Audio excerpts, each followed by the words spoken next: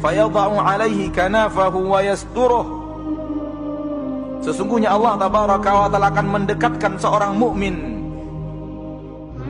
pada saat hari berhisab, di mana semua hadir, yang pernah hidup di dunia hadir, malaikat-malaikat Allah hadir. Wa ja'a rabbuka wal malaku saffan saffa, dan Rabbmu datang, malaikat sudah berbaris-baris. Pada hari itu dipanggil satu persatu, satu persatu dipanggil menghadap Allah. Ini dia makna menghadap Allah, untuk dihisab oleh Allah. Nabi mengatakan, innallaha yudnil mu'min, Allah mendekatkan orang mukmin, wa yadha'u 'alaihi kanafah, dan meletakkan penutupnya, tirai pembatas, yasturuhu, yang akan menutup mukmin itu, sehingga hanya ada dia dan Rabbnya. Apa yang Allah katakan kepada mukmin, penduduk mahsyar tidak ada yang tahu. Apa jawaban mukmin kepada Allah, penduduk mahsyar tidak ada yang tahu, karena Allah telah menurunkan kanafa, menurunkan penutupnya. Apa maknanya di sini yang bisa kita ambil? Yang makna yang kita ambil di sini hanya kita dan Allah. Maka latihanlah untuk hanya antum dan Allah, hanya antum dan Allah. Latihan untuk mencari waktu untuk beribadah yang ada hanya antum dan Allah. Rajinlah sembunyikan amal saleh. Rajinlah sholat tahajud di malam hari, karena ketika antum tahajud hanya ada antum dan Allah, di mana semua manusia tidak tahu apa yang antum kerjakan. Rajin baca Al-Quran di kesendirian. Semangat membaca Al-Quran ketika sendiri. Ketika antum sendiri hanya antum dan Allah. Ada saatnya nanti di akhirat hanya antum dan Allah. Maka latihan di dunia, saudaraku. Jangan kita hanya beramal ketika ada orang. Setelah orang tidak ada, kita pun tinggalkan amal itu. Kalau ataupun kita kerjakan amal di saat orang tidak ada, kita bermalas-malasan. Tidak seperti semangat kita ketika ada orang lain.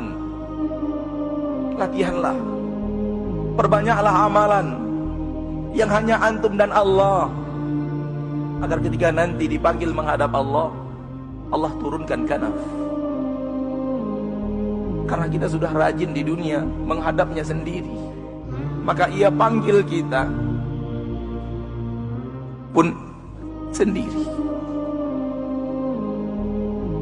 Kemudian Allah berkata kepadanya, ata'rifu dzamba kadza, apakah engkau tahu dosamu yang ini? Ata'rifu dzamba kadza, apakah kamu tahu dosamu yang ini? Allah sebut dosa-dosa kita, saudaraku. Allah yang menyebutnya kepada kita, tidak menunggu laporan malaikat. Apakah kamu pernah melakukan ini? Apakah kamu masih ingat dosa yang ini, dosa yang ini, dosa yang ini? Dan berapa dosa kita? Berapa kita sudah melakukan maksiat kepada Allah? Fayaqul, ketika itu dia, seorang mukmin mengatakan, na'am ay Rabbi, benar wahai Rabbku, benar wahai Rabbku. Setiap Allah mengatakan, bukankah engkau melakukan dosa ini? Orang mukmin menjawab, benar wahai Rabbku, benar wahai Rabbku. Hatta idza qarrarahu bidzunubih, sehingga dia, ketika dia telah menyampaikan dan mengakui dosa-dosanya, wa ra'a fi nafsihi annahu halak, dan dia sudah yakin dan merasa di dalam dirinya dia akan hancur dan binasa. Kenapa? Karena terlalu banyak dosa yang Allah sebutkan kepadanya.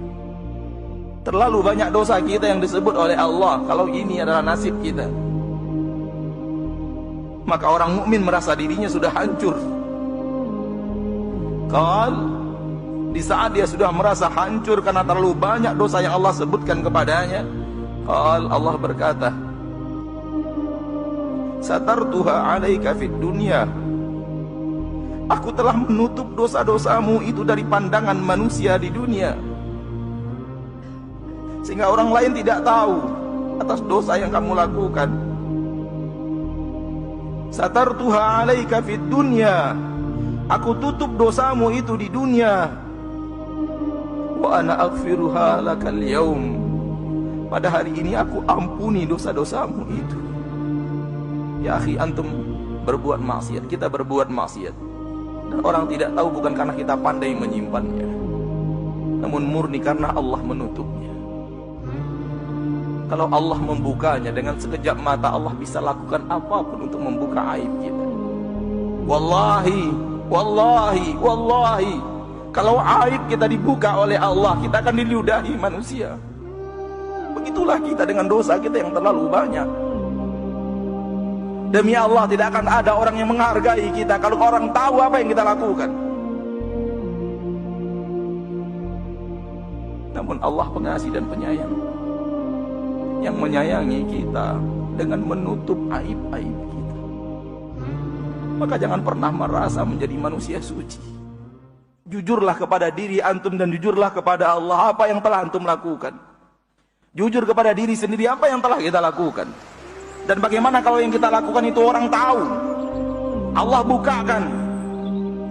Demi Allah, kita tidak tahu di mana mata kita ini harus, kemana wajah kita harus kita sembunyikan. Karenanya di akhirat kelak, orang yang selalu menghadap Allah di kesendirian dan minta ampun, minta maaf kepada Rabb-Nya, mereka lah yang akan mendapatkan apa yang dikatakan Rasulullah SAW dalam hadis yang sahih dari Imam Bukhari dan Muslim ini. Allah panggil menghadap, Allah turunkan penutup, hanya Dia dan Rabb-Nya, hanya Dia dan Rabb-Nya. Ya akhi, rajin-rajinlah antum melakukan amalan, hanya antum dan Rabb antum, yang lain tidak ada. Istri tidak ada, anak tidak ada, saudara tidak ada, sahabat tidak ada, tak ada manusia kecuali hanya anda dan Allah. Supaya di akhirat itu yang Allah akan lakukan kepada kita. Rajin-rajinlah minta ampun di dunia, supaya di akhirat benar-benar ketika kita minta maaf kepada Allah, Allah maafkan dosa dan kesalahan kita. Nabi melanjutkan, wa ammal kafir, adapun orang kafir, wal munafiqun, dan orang-orang munafik, fayaqulul ashhad, berkata saksi-saksi, mereka tidak diturunkan penutup, dikata saksi-saksi, haula'il ladzina kadzabu ala rabbihim, mereka orang-orang yang telah mendustakan Rabb mereka. Ala la'natullahi 'alal zalimin, ketahuilah bahwa laknat Allah untuk orang-orang yang zalim. Orang zalim, orang musyrik, orang kafir, orang munafik, yang benar-benar munafik, tidak diturunkan penutup. Allah menyampaikan kepadanya dosa-dosanya di hadapan orang ramai. Dan bukan orang ramai seramai ini, dari mulai manusia pertama Nabi Adam sampai manusia terakhir yang mati dengan datangnya hari kiamat. Mau letakkan, mari mau kita letakkan di mana wajah kita ketika itu? Kalau kita yang mengalami, na'udzubillahi min dzalik. Maka lakukanlah di dunia. Lakukan di dunia. Sebelum saatnya kita ingin melakukan, namun tidak ada kesempatan untuk melakukan.